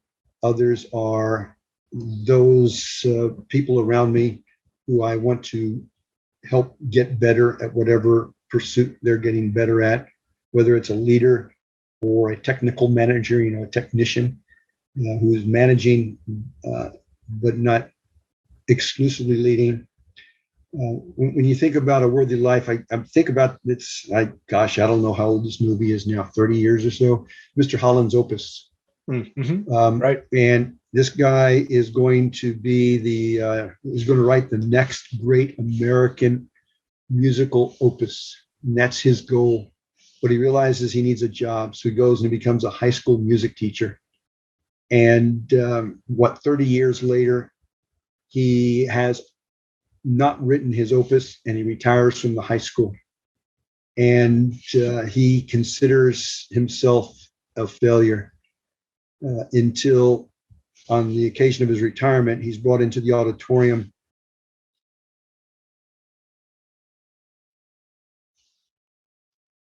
And his former students are all up there on the stage, many of them. One is the governor of the state, and they play his unfinished opus. And he says, life is what happens Plans are what happens when life gets in the way, or words to that effect. He had these great plans and life got in the way. I think he had a worthy life. He had generations of high school students, some of whom had no confidence when they came into the band hall and left with great confidence. And so a worthy life is up to the individual. For me, a worthy life is one in which when you die, the people who were in your life have good things to say about you. That's a pretty good definition. Yeah, that's only one definition. That's mine. Yeah.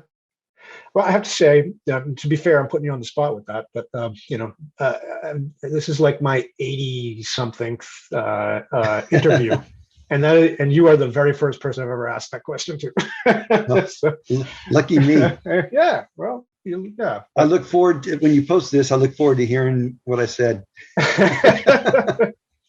So I want to close on along that line. You said just now, a worthy life is something when people, I think you said, and we'll have this to play back in a minute, but the people, remember you fondly, I think, to that effect. So what would you like your legacy to be? And you could frame that as an officer, as a medical service corps officer, as a teacher, as a person. What would you? I'm not going to look at you at the screen right now. I'm going to look up at a picture that I have on the wall, and I'm going to tell you a story. So this is September 1944. The Americans and the Canadians and the Brits have broken out from the D-Day beachheads, and they are starting to make their move.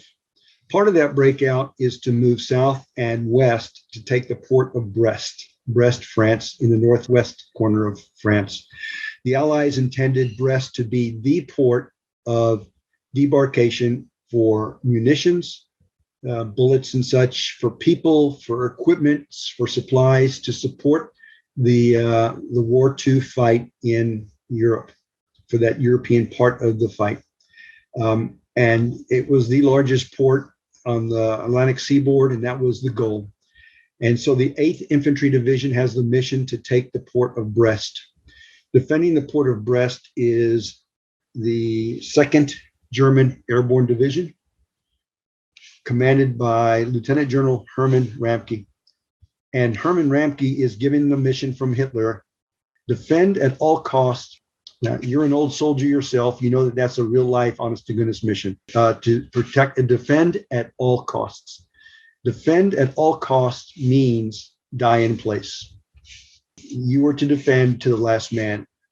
Hermann Ramke, the commander of the 2nd Airborne Division of the German Army, is a battle-hardened, hard-as-nails paratrooper, airborne commander, and he takes his mission literally. He is defending the port of Brest. By the way, he destroys the port of Brest to the extent that it was never used by the Allies during the war.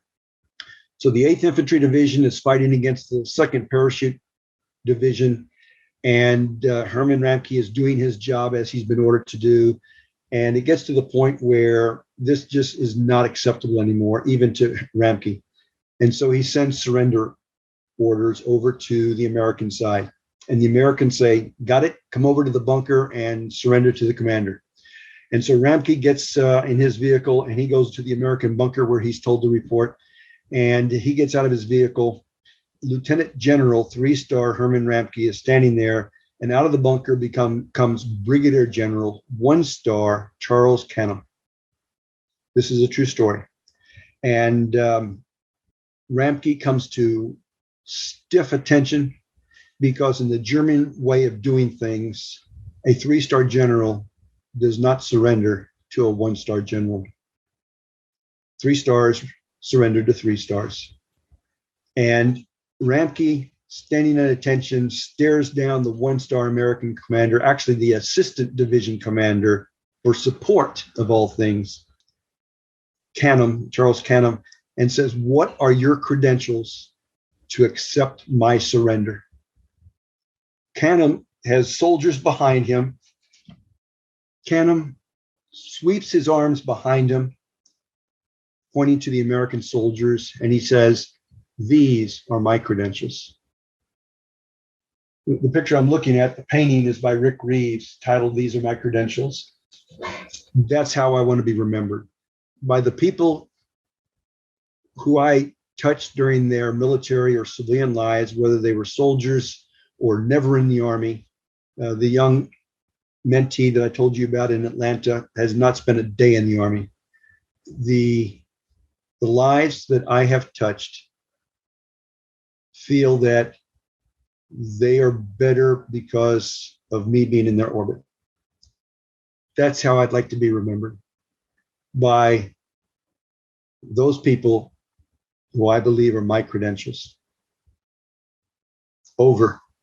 Yeah. All right. Well, that's, I think, a great way to leave this. Hopefully, you've got a long, long run ahead of you. I didn't mean to make that sound like you're fading out yet. You've got a long way to go. No. But that's an aspiration. You know, I like that's that. my aspiration. I like that. Well, General Rubenstein, thank you so much for sharing your story with me today. I really appreciate it. It's been a real pleasure, and thank you very much, Mark.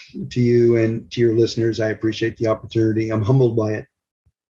You've been listening to the Health Leader Forge. Please go to our website, healthleaderforge.org, for more information or to leave comments about today's podcast. Look for Health Leader Forge podcasts on iTunes, Stitcher, SoundCloud, and other podcast distribution sites. Thanks for being a part of the Health Leader Forge community, and we'll talk with you again soon.